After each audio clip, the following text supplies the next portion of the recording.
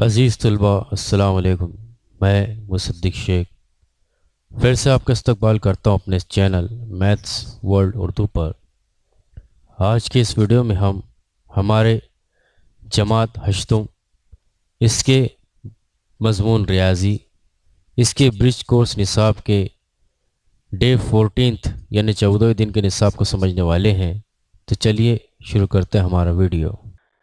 دوستو، ہم جانتے ہیں کہ جس طرح سے مختلف اعداد پر مختلف اعمال کیے جاتے ہیں، جیسے کہ جمع کا عمل، تفریق کا عمل، تقسیم کا عمل اور ضرب کا عمل، اسی طرح سے ناطق اعداد پر بھی 4 طرح کے اعمال ہوتے ہیں، جو ہے ناطق اعداد کی جمع، ناطق اعداد کی تفریق، ناطق اعداد کی ضرب اور ناطق اعداد کی تقسیم۔ اس طرح سے ناطق اعداد پر 4 طرح کے اعمال ہوتے ہیں، جنہیں ہم اسٹیپ بائی اسٹیپ مرحلہ بر مرحلہ دیکھیں گے۔ تو سب سے پہلے ہم شروعات کرتے ہیں ناطق اعداد کا پہلے عمل یعنی ناطق اعداد کی جمع کا۔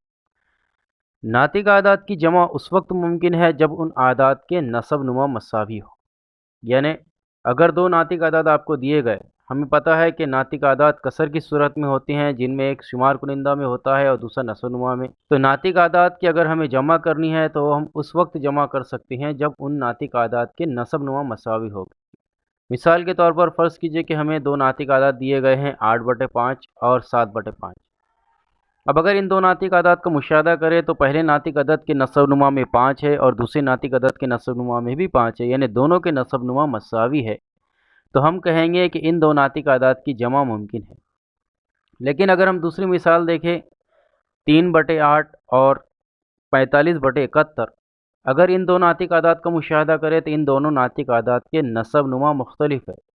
پہلے ناطق عدد کا نسب نما میں 8 ہے اور دوسرے ناطق عدد کے نسب نما میں 71 ہے، تو ان دو ناطق اعداد کی جمع ممکن نہیں ہے۔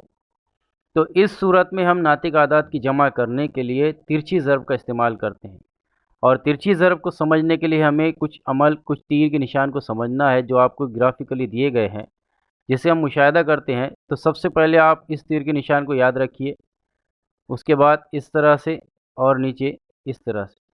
اگر آپ اس گرافیکلی شکل کو نظر رکھتے ہیں، دھیان رکھتے ہیں، تو ہم ناطق اعداد کی جمع کے وقت ترچھی ضرب کس طرح سے کی جاتی ہے وہ ہم سمجھیں گے۔ تو چلیے ہم شروعات کرتے ہیں ناطق اعداد کی جمع کے پہلے مثال کی طرف۔